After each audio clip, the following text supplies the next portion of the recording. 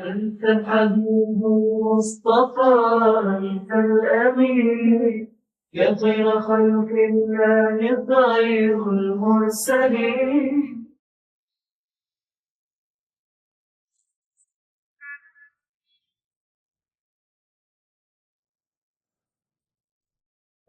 الحمد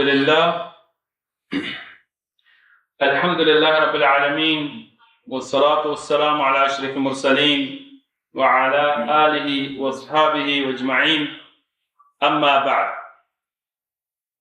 So if we look at where we left off in the last dars, Rasulullah sallallahu alayhi wasallam, after Badr, he was dealing with many problems on many fronts. One of the people who were causing problems were the Yahud in Medina, and Banu Qaynuqa were one of the tribes. And inshallah, I wanted to discuss this a little bit.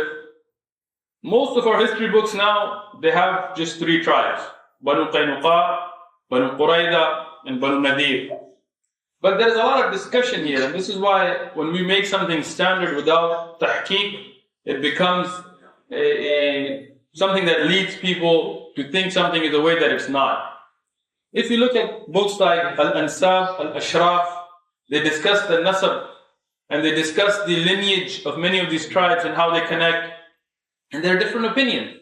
One of the opinions that Banu Qurayza and Banu Nadir were together, Banu Qaynuqa were separate, and Banu Qurayza and Banu Nadir would trace them back, their lineage back to Harun alayhi salam, and Banu Qurayza would not, Banu Qaynuqa would not. But these are all things to do with nasab. It's not something important in the Seerat itself. In the Seerat, what we see is there a souk of Qaynuqa. And this souk, the people that ran it, these were Banu Qaynuqa. They were the blacksmiths, so they used to have a lot of weaponry.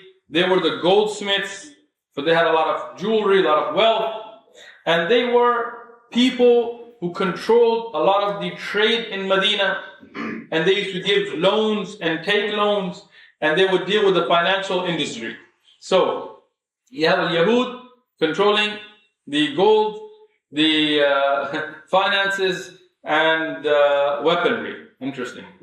And they were under a treaty with Rasulullah sallallahu alaihi wasallam. Rasulullah sallallahu alaihi wasallam made a treaty with the Yahud that we would want good for each other. And look at the peace that the Prophet sallallahu alaihi wasallam tried to bring to Medina, that he made a treaty with the Yahud and he kept his side.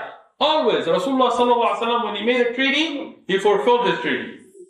And the treaty was that we will not attack each other, we will not make plots against each other, we will work together. And the Muslims, they were doing this. But the Yahud, they betrayed their treaty. And there was Shas bin Qais al-Yahudi. He would send people to try to cause problems between the Ansar. When he saw the Ansar sitting peacefully, the Aws and Khazraj working together, he sent people to cause a fight amongst them. And his people, Yahud, they sat with them, started to talk about the times of Jahiliyyah, the times of the days of ignorance, when the Aws had written poems against the Khazraj, and the Khazraj poems against the Aws. And he started to bring those up to cause problems between them. Because they can't see Muslims united. The Yahud, when they see the Muslim united, it causes them problems. So when they saw this, they caused these problems up to a point that the Sahaba were about to fight each other.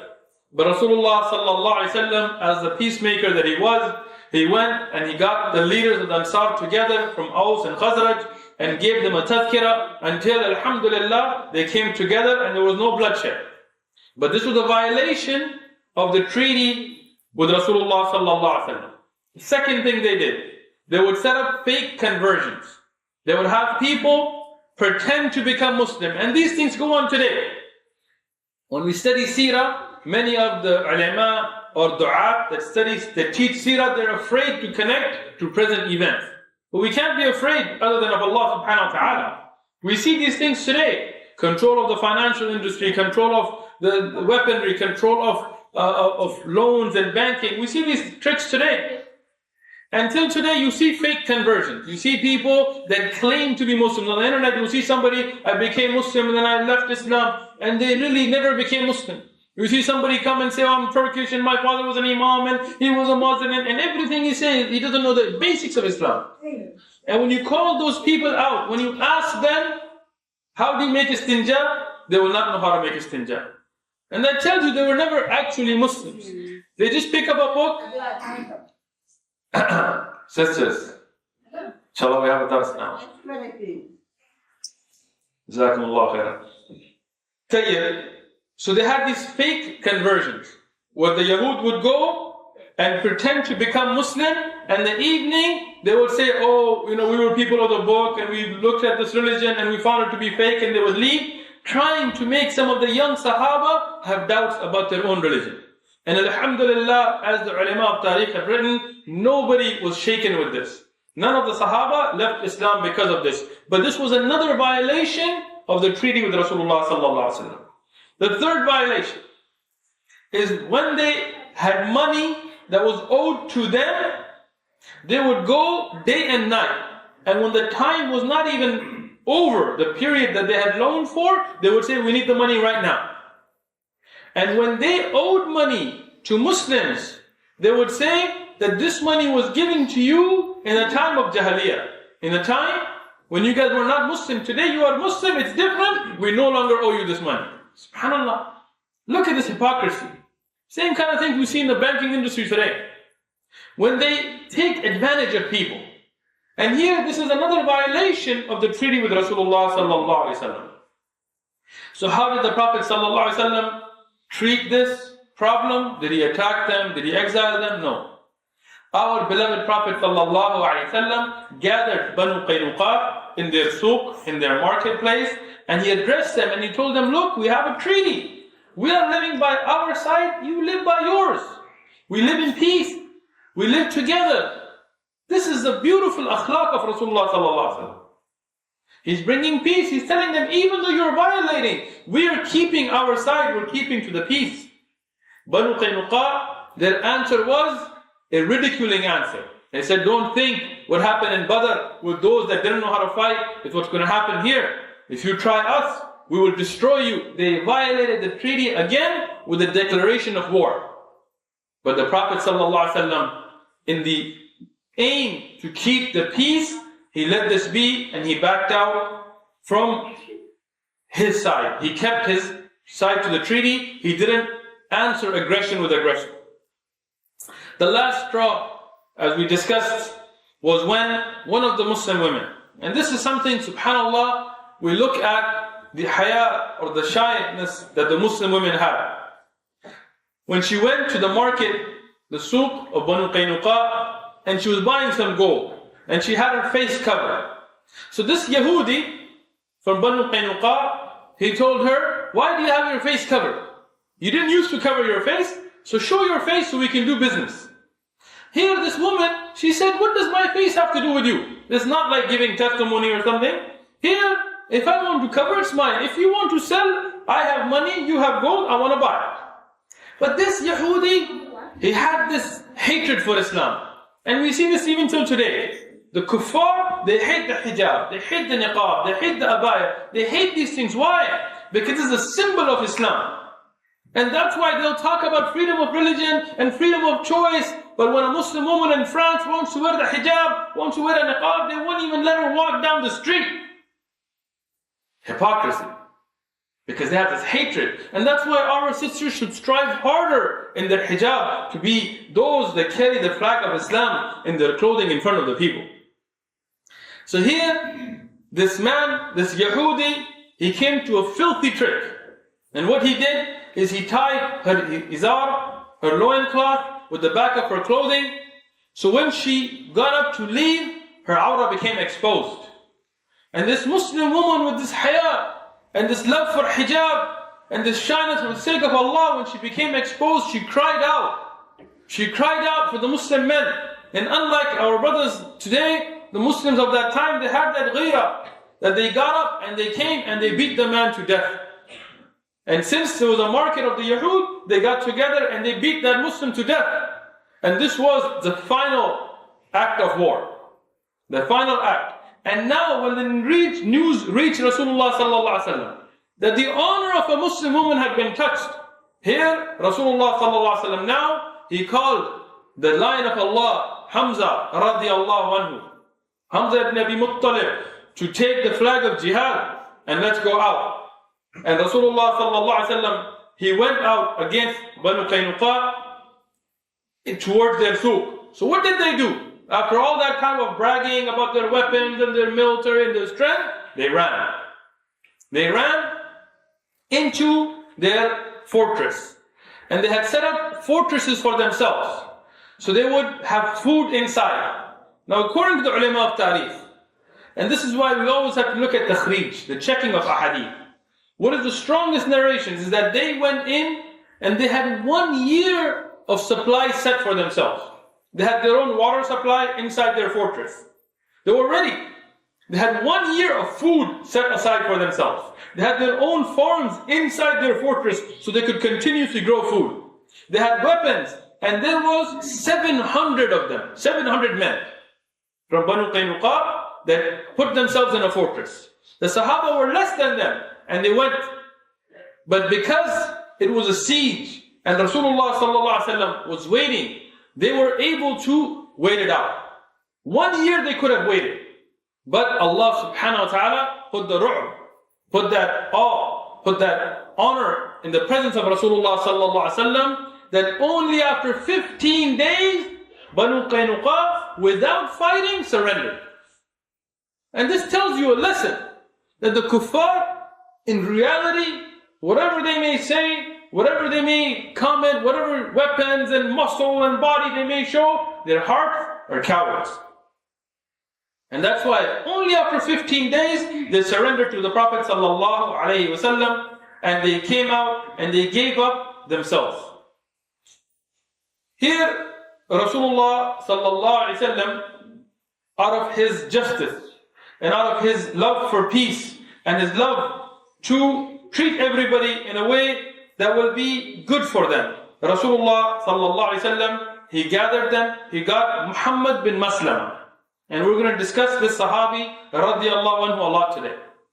Muhammad bin Maslama is Ansari, Sahabi. He told him to separate the men and the women and children. Because the women and children are not punished for that which the men did. The women and children were put aside, they were left untouched, with their honors intact. But the men of Banu Qaynuqa were tied, and they were put aside. And here now, a decision has to be made. And in this time, Abdullah bin Ubay Salul al-Munafiq. This is Abdullah ibn Ubay. He's called Salul, and he is the famous Munafiq of Medina. He had recently apparently become Muslim. Yani he had claimed to be a Muslim. And you will see in Tariq, he will turn out and he will clearly show that he was never a Muslim. Look at the tricks. The same things we get tricked with today.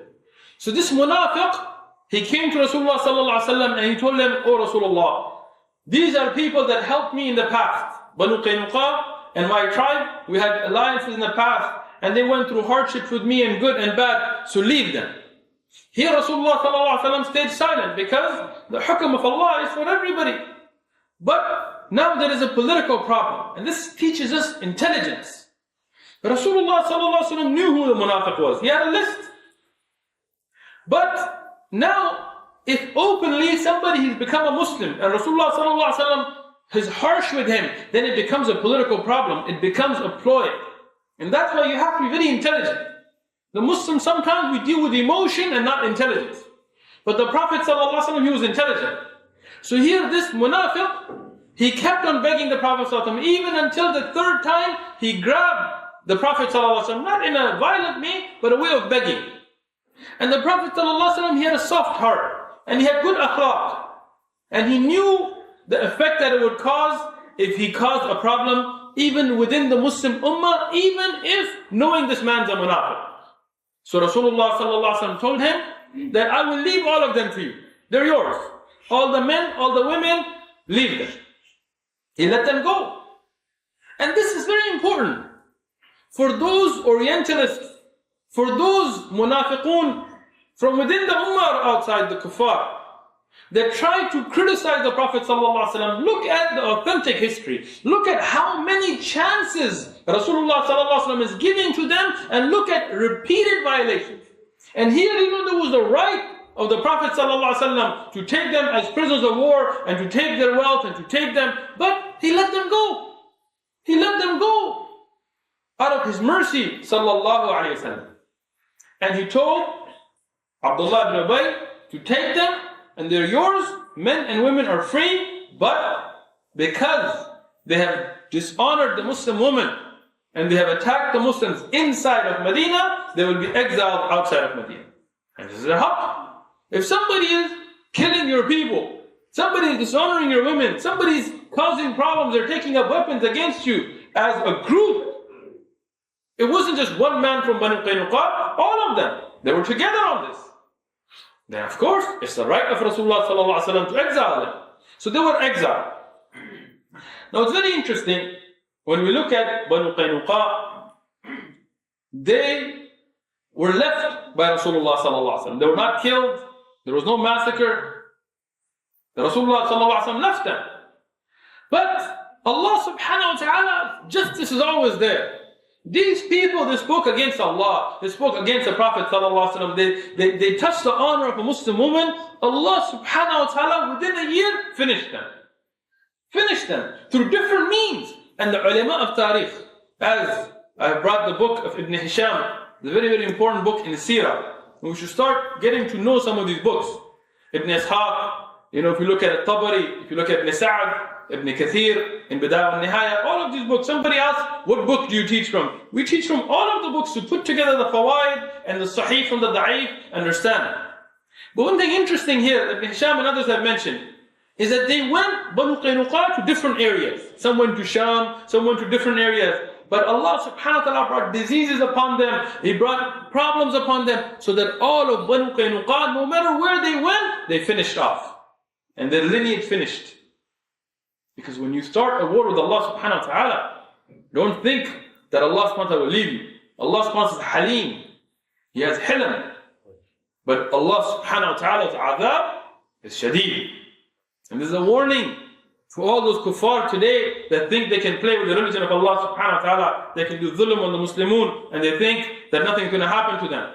Read your history, and you will know that Allah subhanahu wa ta'ala's adhab is Shadeed. Rasulullah sallallahu alayhi wa sallam, he continued to honor his treaty with other Yahud. Now, Banu Qurayda, Banu Nadir, they're also causing problems. But the fairness of the Prophet ﷺ is that even in the violation of Banu Qaynuqa, Rasulullah ﷺ did not attack all of the Yahud, or did not exile all of them. Just those who were physically attacking the Muslims. And let the others be, and he continued to fulfill his side of the treaty. This is the fairness of the Prophet ﷺ. Now this is the end of the second year of Hijri. As we discussed, Badr happened in Ramadan. Here, a few other very important events happen in the end of the second year of Hijri. One, the beloved daughter of the Prophet ﷺ. The beloved daughter of the Prophet ﷺ, Ruqayya radiyallahu anha, the pious woman, Ruqayya, married to Uthman bin Affan radiyallahu anhu. She passed away. She left this dunya. And this was something very difficult, because Rasulullah sallallahu alaihi wasallam loved his daughter. And Uthman radiyallahu anhu, he loved Ruqayya.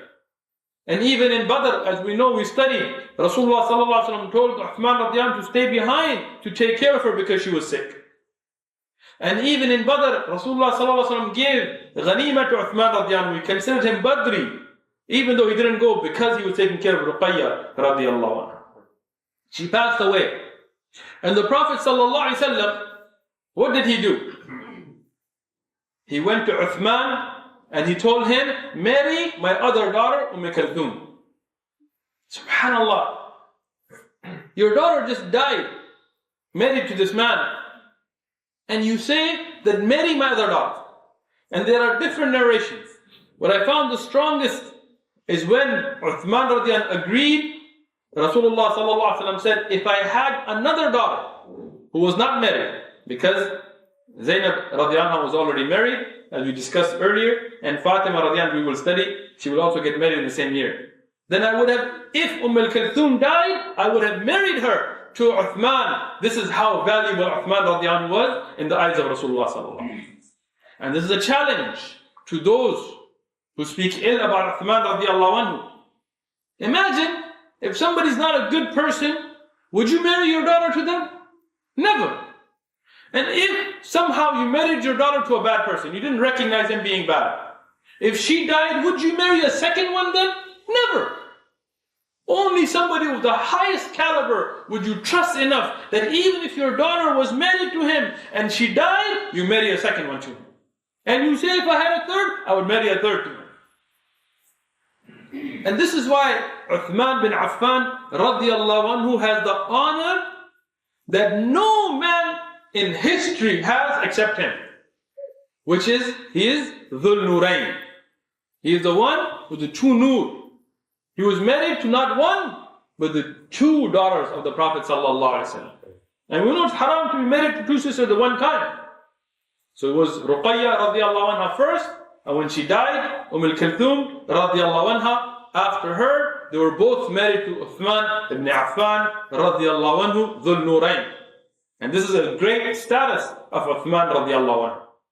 Uthman radiallahu anhu has been given the glad tidings of Jannah in many ahadith. And we'll discuss Tabuk and how many times Rasulullah gave him the glad tidings of Jannah in Sahih ahadith.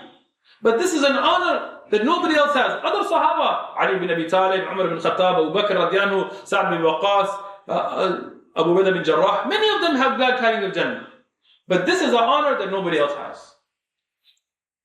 In the same year, the beloved daughter of the Prophet sallallahu alaihi wasallam, Fatima radiallahu anha, was married to the beloved Sahabi of Rasulullah sallallahu alaihi wasallam, Ali ibn Abi Talib radiallahu anhu. And Ali ibn Abi Talib was a nephew of the Prophet sallallahu alaihi wasallam, or a cousin of the Prophet sallallahu alaihi wasallam.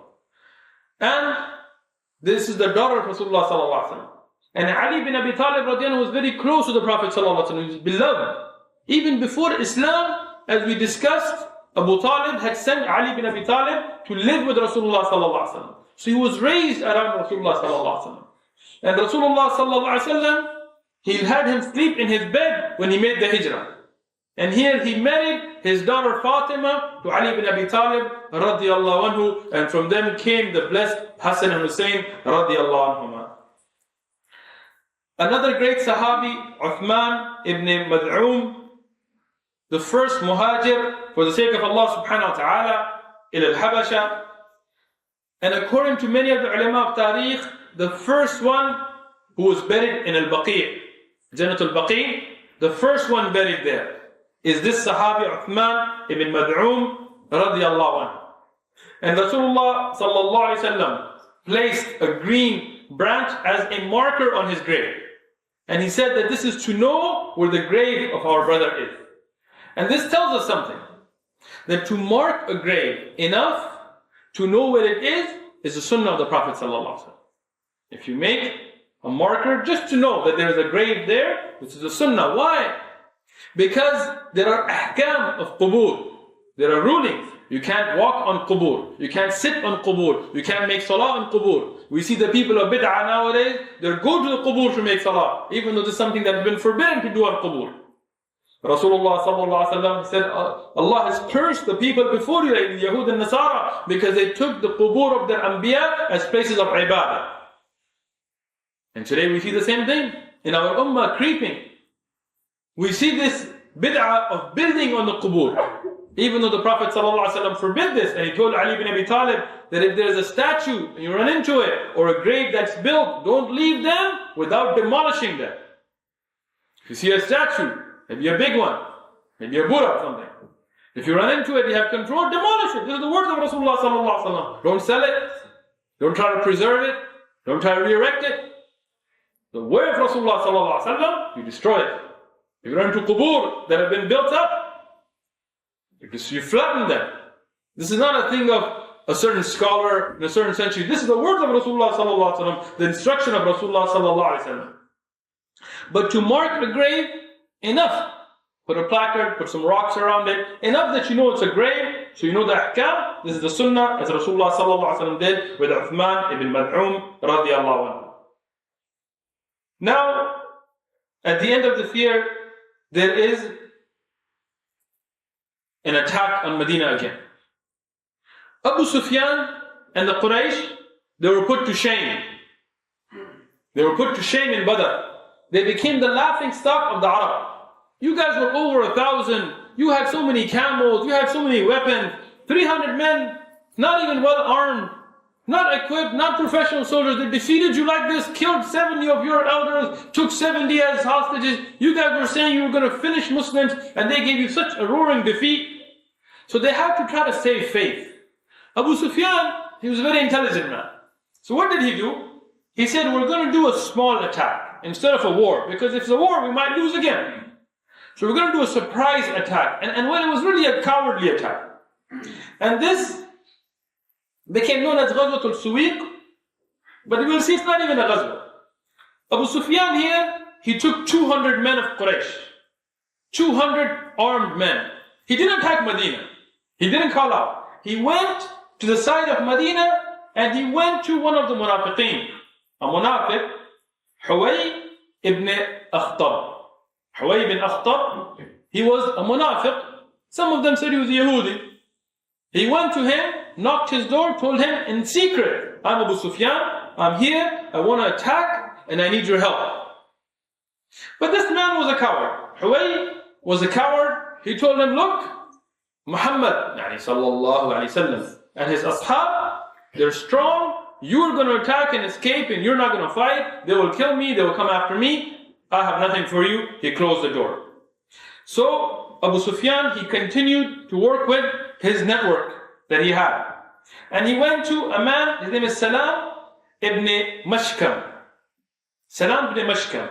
Salam ibn Mashkam is a Yahudi. According to the consensus of the ulama of Tariq, he was a Yahudi. And he invited Abu Sufyan in. Now, especially when those Orientalists and those apologists and all them pay attention to this Seerat and these points in Seerat. Here, what was the treaty the Yahudi had? That they will not aid somebody against the Muslims, as the Muslims would not aid anybody against the Yahud. And the Prophet ﷺ lived by his treaty. But here, according to the Sahih Hadith, here this Yahudi, he aided Abu Sufyan. He brought him in, he served him alcohol, he taught him techniques, he showed him the ways how to attack. Another violation of the treaty with Rasulullah sallallahu alaihi wasallam. Here, Abu Sufyan was still too afraid to attack the Sahaba in Masjid al-Nabawi or around the Masjid al-Nabawi. Even with 200 armed men and a surprise attack and with somebody on the inside in Medina. Instead, he went to the outside to a farm where there were only two of the Ansar. SubhanAllah, look at the dhulm. Look at the cowardly attitude. Two unarmed men in the night that are farmers. He goes with 200 men and attacks them. They're unarmed, farmers. He attacks them and he kills them and he lights fire to their farm and he takes whatever he can and he starts to run. He doesn't stay and fight. He doesn't call out for battle. As a coward, he runs. And the ulama of Tariq come to a consensus on this issue. That Abu Sufyan was so scared that not only did he run here, but he even threw out all the food they had brought with him out to make it faster for them to get to Mecca. When Rasulullah sallallahu alaihi wasallam hears about this, he sallallahu alaihi wasallam himself, he gets ready for jihad. He puts Uthman bin Affan radiyallahu anhu as the Amir of Medina, as the Imam of Medina, to lead the salawat in Masjid Nabawi, and he goes out himself with the Sahaba after Abu Sufyan and he chases him. But Abu Sufyan, he didn't stay and fight. He left in the night. He even threw his supplies and he got to Mecca. And Rasulullah sallallahu alaihi wasallam, he saw the food that was thrown around. He had it picked up and he brought it back to Medina. And he showed the people that we went out as men, but these are cowards. So they made two of the Sahaba shaheed here. Now, when we look at the Islamic calendar, it ends here. The third year of Hijri begins. In Muharram, this is the first month of the Islamic calendar.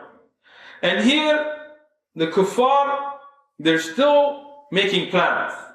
And that's why one of the tribes, they're called Banu Tha'laba, they came together with another tribe. And they are Banu Muharib. Banu Tha'laba, Banu Muharib, they came together and made another plan against the Muslims. And they, subhanAllah, look at the life of Rasulullah, always in battle, always intense hardships. Our beloved Prophet, his life is continuously defending and fighting. This is not the life to just sit and enjoy. Enjoyment is the akhirah. In the dunya, you have to be vigilant. So here Rasulullah immediately, he has his network of spies, he gets this news, and he also sets out against them. And Rasulullah he took 450 mujahideen, fighters, and from the Sahaba, and he himself set out against Banu Tha'laba and Banu Muharib. And when he got to their location, which was their territory, they all fled. Even though according to the consensus of the ulama of Tariq, they were more in number. There's a disagreement about the exact number, but they were more in number. And it was their territory. It wasn't that they were in Medina. Rasulullah was in their land. But they fled and they went out into the mountains and deserts and ran away. And then what did Rasulullah do? Did he just run away like Abu Sufyan? No. For one full month, for one whole month, Rasulullah stood there as a man to show that the Muslims aren't raiders, they're not people who will just attack and take and go. No, they're brave men. And if somebody tries to fight the Muslims, they will stand and fight. So one whole month, until the month of Safar, Rasulullah was there. And after the fact that they never came back, and they never were man enough to fight, Rasulullah he came back to Medina. Now in Medina, there are still more problems. There is a man, a Yahudi. This is very, very important. This is going to be the final and most important thing from the dars today. Please pay attention. His name is Ka'b ibn Ashraf. Ka'b ibn Ashraf al-Yahudi. And this man, I was looking through the books to look at his description. He was known, one, to be very handsome. Ajmal al-Nas. When they described him, they said he was the most handsome of the people. Out of his appearance, he was very handsome, good looking. وَأَغْنَى النَّاسِ. And he was one of the richest of the people. In Medina, he was so rich that he had a fortress to himself. SubhanAllah. Like other tribes had their own little fortresses, this man, Ka'b ibn Ashraf, he has his own fortress. And he has his own little army. And he has his own guards. And he's one of the richest men in Medina. And he was a poet, an excellent poet. And he had a lot of influence. People would pay attention to him. And subhanAllah, when I was reading about him, I was making in my own mind a connection between him and the media today. You look at the media today, same thing. They try to put, who's the newscaster? They'll try to put the best looking of people, the most eloquent in talking. And they will try to spread their message. Ka'b ibn Ashraf was the same way. Yahudi, media. So, what did he do? He started to cause problems within Medina. When Badr was going on, and he was hearing the news that the Muslims are winning, he said, if Muhammad, sallallahu alayhi, he didn't say it, we should. If he wins, it's better to be fi batn al-ard, to be in the belly of the earth than to be walking around. Meaning it's better to be dead. And when the news came back that the Muslims won, he became on a mission to destroy Islam. Another violation of the treaty. He started to spread rumors. He started to cause problems. Then he even went to Mecca. That's very important. He goes to Mecca, and as the media likes to do, he starts to play on the emotions of the people of Mecca. He starts to read poems about those that were killed in Mecca and about the revenge that they should be taking. He's getting the people of Mecca angry to attack Medina. And he tells them, I'm in Medina, I will defend you. Another violation. I will help you. Attack Medina. Abu Sufyan, he's smart. He's an intelligent man. Abu Sufyan tells him, we're not going to be fooled by you. You're trying to play us. You're trying to use us. Maybe you're on the same religion as Muhammad. Because you're not Ahlul Kitab. Sallallahu. He tells them, Abu Sufyan asks him, who is better?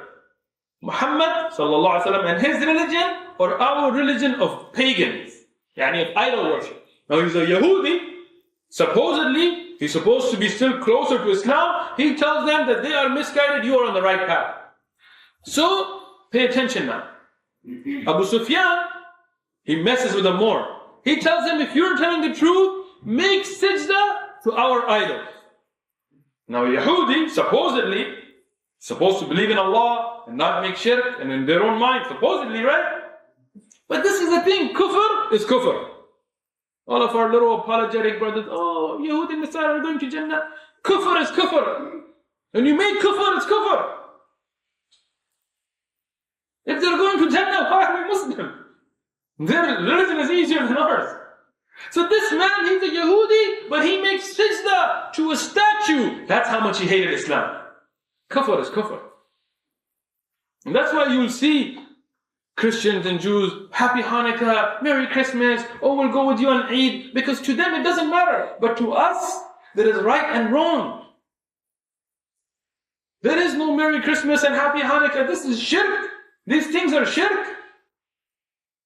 If we didn't care, if we didn't believe in what we're doing, then fine, do whatever. But we do believe. And that's why we have to stay on the haqq. No matter how much people want us to sell out. Here, Ka'b ibn Ashraf, he makes sajda to an idol. Even then, the Quraysh, they're like, no thanks. We're not going with you. We know, we saw Badr. We're cool. So, what does Ka'b ibn Ashraf do? Does he say, okay, I've done enough to harm Muslims? No. He is constantly against the Muslim. He comes back to Medina and he starts to attack Islam again. Tries to cause problems. And then what does he do? Our brothers who have lost their ghira today, pay attention. Maybe they're watching, not you guys. Ka'b ibn Ashraf starts to write poems making fun of the Muslim women. Because the people in the Asr of Jahiliyyah, in the time of Jahiliyyah, if you ever read the poems of Jahiliyyah, they're very lewd. They're very fahsh. So he starts to name names of good, pious Muslim women and starts to make indecent comments about him and them, lies, to try to bother the Muslims. And the Prophet ﷺ, he was a man of ghira. When it came to women, his ghira was strong. Today, somebody makes fun of any Muslim woman, anything, we don't care. But the Prophet ﷺ, when he heard this, even though it was not his daughter or his wife, but the women of the believers, good, pious, honorable women, that he's making poems depicting them in evil manners, he ﷺ said, who is going to take care of Ka'b ibn Ashraf? Now, before you think it's an easy task to just get up, take a sword, go fight, no. Remember, he's one of the richest men. He has his own fortress. So to get to him is impossible. It's not like he walks around the marketplace and you can jump on him. He doesn't go out, except under heavy guard. His servants, his slaves, they do their shopping for him. So he has a fortress and he has his own army that just works for him. And he has tribal ties with not just the other Yahud tribes, but even with a lot of the people of Medina. And even many of the Arab tribes outside of Medina protected him. So even to get close to him was impossible. Here, one of the heroes of Islam, a person we already mentioned, but we'll mention again, Muhammad bin Maslama. Muhammad bin Maslama radiyallahu anhu, one of the Ansar. And he is the nephew of Ka'b ibn Ashraf. Subhanallah, his own uncle. And this tells you the ties of Islam are stronger than that of blood. The bonds of Islam are stronger than that of blood. He's his own nephew and he steps up. And he tells the Prophet ﷺ, would you be pleased if I was to cut his head? The Prophet ﷺ said, this is a man who has declared war against Allah and His Prophet and the believers and the haqq. This would please me. So Muhammad bin Maslama says that, O Messenger of Allah, then give me permission to say what I don't believe, to say a word against the religion. It's very important thing. Sometimes our brothers, they're too simple-minded too. In times of jihad, sometimes you have to say things you don't mean. This is what war. So here he says to the Prophet, let me say things that wallahi I don't mean, but I have to say. The Prophet ﷺ says, you have permission. In jihad, you have the permission to lie. So here, he gives him permission. Few other of the Sahaba, they step up with him. Muhammad bin Maslama, then Silkan bin Salam. And he is also known as Abu Na'ila. Abu Na'ila is the brother of Ka'b ibn Ashraf through Rada, through breastfeeding. So through this method, he is the brother of Ka'b ibn Ashraf, but he's a believer.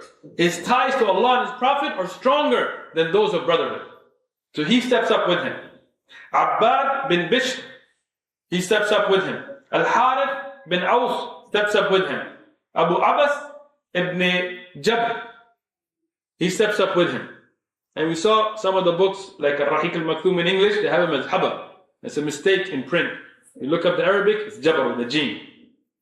So these 5 Sahaba, and according to some of the ulama of Tariq, there's some others, but this is what is authentic, they step up for the task.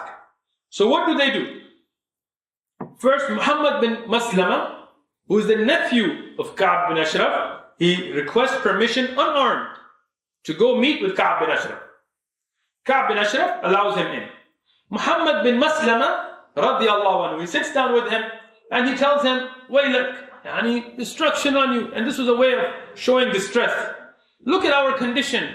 We followed this man, sallallahu alayhi wa sallam. Look at the way he's tricking him. He followed this man, and now every day zakah and sadaqah and zakat and sadaqah and giving, we're broke. What should we do?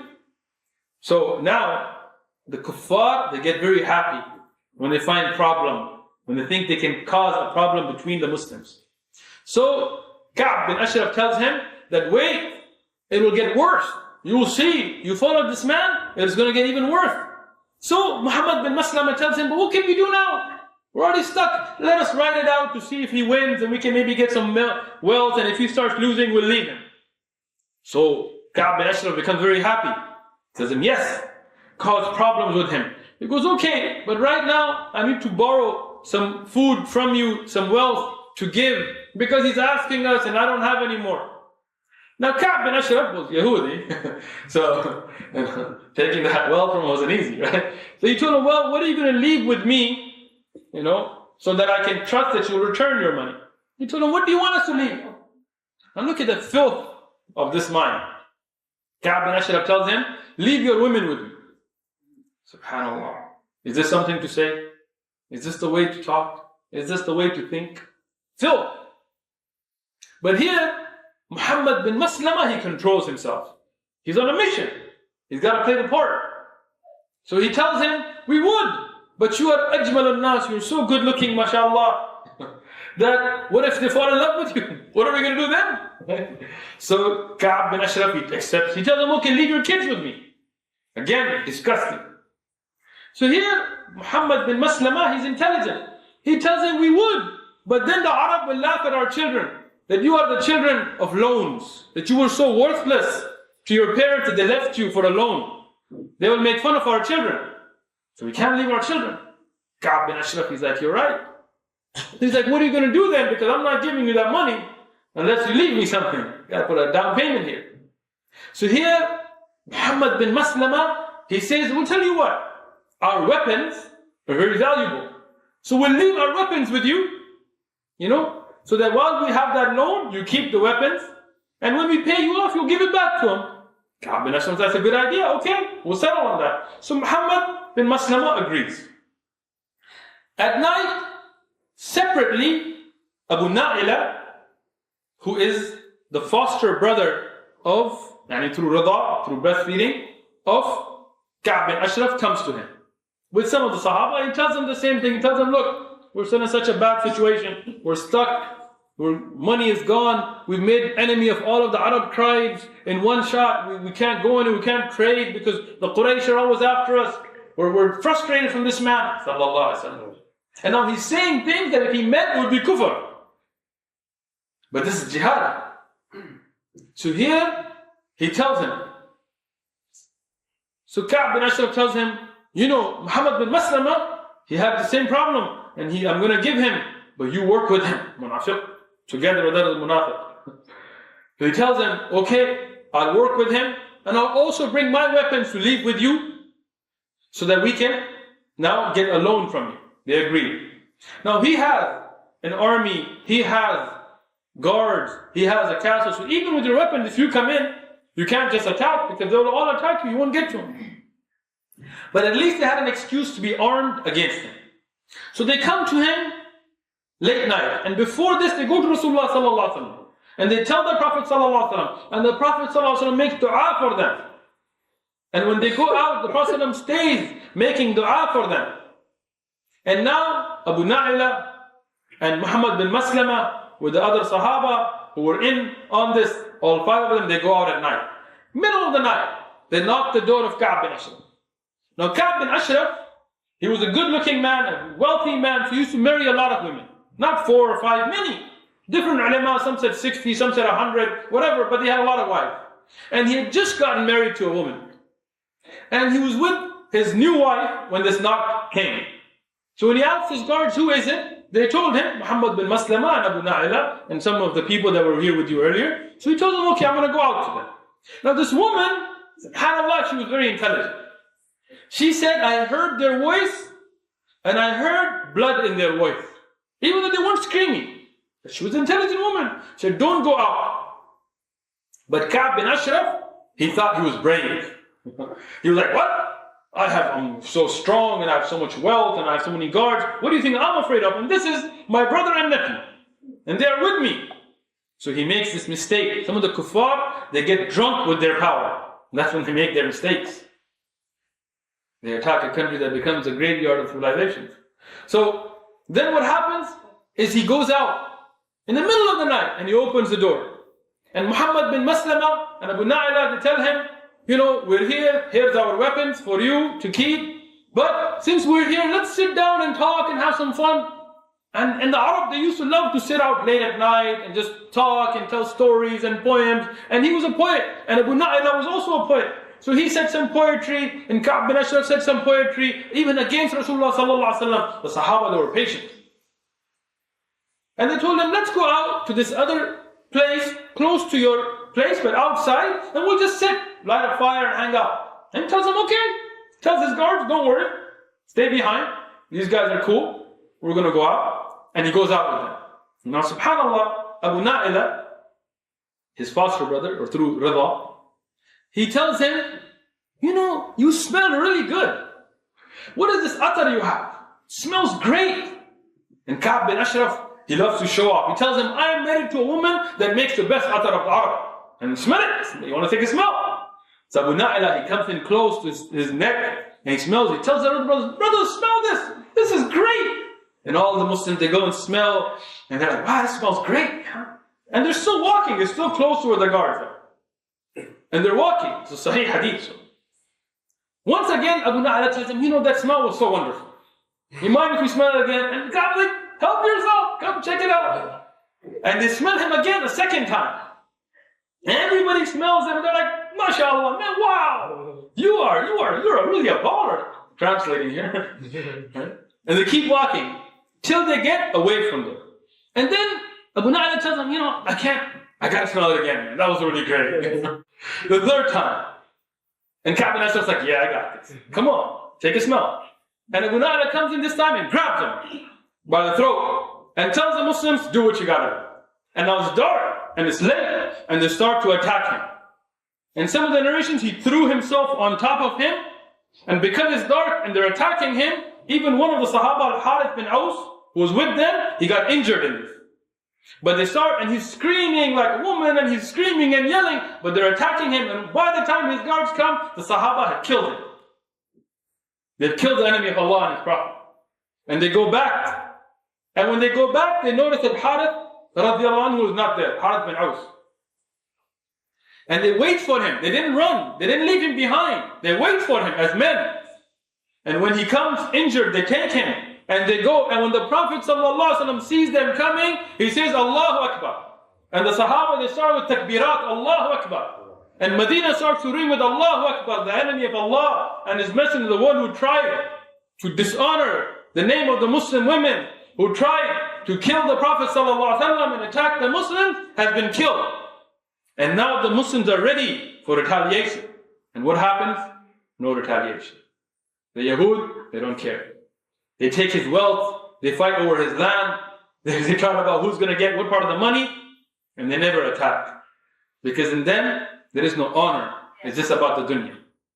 But for us, it's about the akhirah. And we want to remember the Sahaba radiallahu anhum, like Muhammad bin Maslama and Abu Na'ila, and how they didn't care about their even blood ties, and they cared about the honor of Islam above all of that. Inshallah, we'll continue next Saturday with the next episode in the Dars, continuing to the last events before the Battle of Uhud.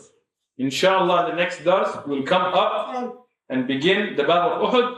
Very important battle and very important Dars. So inshallah, we want everybody to come. Inshallah, the next Dars as regular will be at 7 p.m. next Saturday. Inshallah ta'ala. Jazakumullahu khairan.